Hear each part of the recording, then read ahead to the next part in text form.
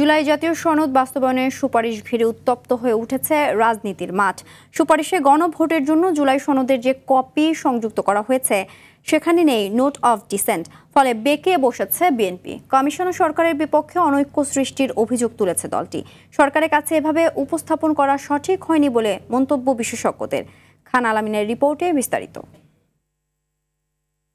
জুলাই জাতীয় সনদ বাস্তবায়নের সুপারিশ সরকারের কাছে জমা দেওয়ার পর থেকেই রাজনীতির মাঠে অনৈক্যের সুর বেজে উঠেছে। প্রধান সব রাজনৈতিক দল জুলাই সনদ নিয়ে বিপরীতমুখী অবস্থান নিয়েছে। নতুন করে দেশে একটি রাজনৈতিক সংকট তৈরি করার অপপ্রয়াস।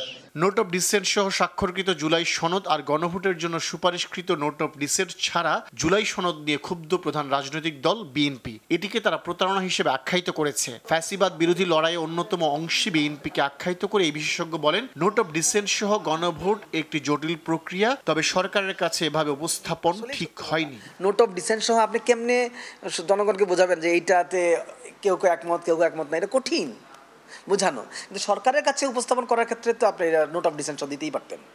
সরকার যখন গণভোটে দিবে প্যাকেজটা, সেই প্যাকেজে নোট অফ ডিসেন্ট হতে পারে রাখতে, কিন্তু এমনটা হওয়া যাবে না যে নোট অফ ডিসেন্টের কোনো ইস্যু মানে ঐক্যমত্য আকারে যদি মূল প্রস্তাবে চলে আসে, এটা ঠিক হবে না। তিনি বলেন, জুলাই সনদকে এমনভাবে জনগণের কাছে উপস্থাপন করতে হবে যাতে জনরায় এর পক্ষে যায়। যেভাবে ঐক্যমত্য হয়েছে জুলাই সনদ নিয়ে, সেইভাবে উপস্থাপন না করে যদি কিছু কাটছাট করে যোগ বিয়োগ করে এটাকে গণভোটে দেন, তাহলে আর একটা গোষ্ঠী অসন্তুষ্ট হচ্ছে না?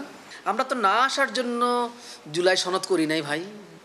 আপনি এমনভাবেই জুলাই সনদ উপস্থাপন করবেন যেভাবে করলে হ্যাঁ আসবে। তবে জাতীয় ঐক্যমত্য কমিশনের বিশেষজ্ঞ প্যানেল সদস্য সুপ্রিম কোর্টের আইনজীবী ডক্টর শরীফ ভূঁইয়া বলেন, নোট অফ ডিসেন্ট সহ গণভোট অর্থবহ হবে না। আপনি যদি নোট অফ ডিসেন্ট সহ এটা গণভোটে নেন, সেই গণভোটের ফলাফল কিন্তু তেমন একটা অর্থবোধক হয় না, কারণ তখন তো আপনার নোট অফ ডিসেন্ট সহই জনগণ এটাকে অ্যাপ্রুভ করছে। কাজেই আপনি জানতে পারছেন না যে যেগুলোতে নোট অফ ডিসেন্ট আছে রাজনৈতিক দলের, সেগুলোর ব্যাপারে জনগণের মতামত কি। তিনি বলেন, কমিশন যে দ্বিতীয় বিকল্প প্রস্তাব দিয়েছে সেখানে সব রাজনৈতিক দলের চাহিদাকে গুরুত্ব দেওয়া হয়েছে। সবগুলো রাজনৈতিক দলের চাহিদাকে অ্যাড্রেস করা সম্ভব হয়েছে এবং এতে করে সবগুলো দলের মধ্যে দ্বিতীয় প্রস্তাবের ব্যাপারে একটা ঐক্য হওয়ার আমি তো মনে করি ভালো সম্ভাবনা তৈরি হয়েছে। জনগণ রাষ্ট্র কাঠামোর মৌলিক পরিবর্তন চায় মন্তব্য করে তারা বলেন, জন আকাঙ্ক্ষাকে গুরুত্ব দিয়েই সরকার এবং রাজনৈতিক দলগুলোকে এমন পদক্ষেপ নিতে হবে যাতে জুলাই সনদ হুমকির মুখে না পড়ে। খান আলামিন, RTV, ঢাকা।